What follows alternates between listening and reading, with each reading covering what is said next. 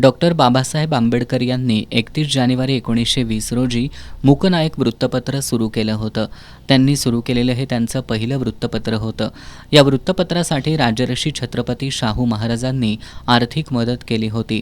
मूकनायकच्या वर्धापन दिनानिमित्त कृती फाउंडेशनच्या वतीनं विविध कार्यक्रमांचं आयोजन केलं होतं. यावेळी आयोजित व्याख्यानात ज्येष्ठ साहित्यिक आणि विचारवंत डॉक्टर जगन कराडे यांनी आपले विचार मांडले. डॉक्टर कराडे यांनी डॉक्टर बाबासाहेब आंबेडकरांनी मूकनायक या वृत्तपत्राचा उपयोग समाज प्रबोधनाचं प्रभावी माध्यम म्हणून केल्याचं सांगितलं.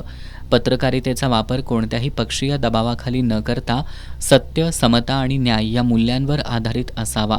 माध्यमांची भूमिका समाजाला जागृत करणारी असली पाहिजे, असं त्यांनी नमूद केलं. पुरोगामी आणि विज्ञानवादी विचारांची पत्रकारिता आजच्या काळात अत्यंत आवश्यक असून ती टिकवली आणि जपली गेली पाहिजे. यासाठी मूकनायक सारख्या ऐतिहासिक वृत्तपत्राचा आदर्श आजच्या पत्रकारांनी घ्यावा असं आवाहन त्यांनी केलं.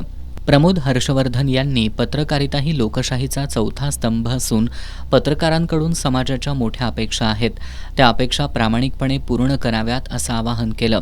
यावेळी कृती फाउंडेशनचे सदस्य उपस्थित होते.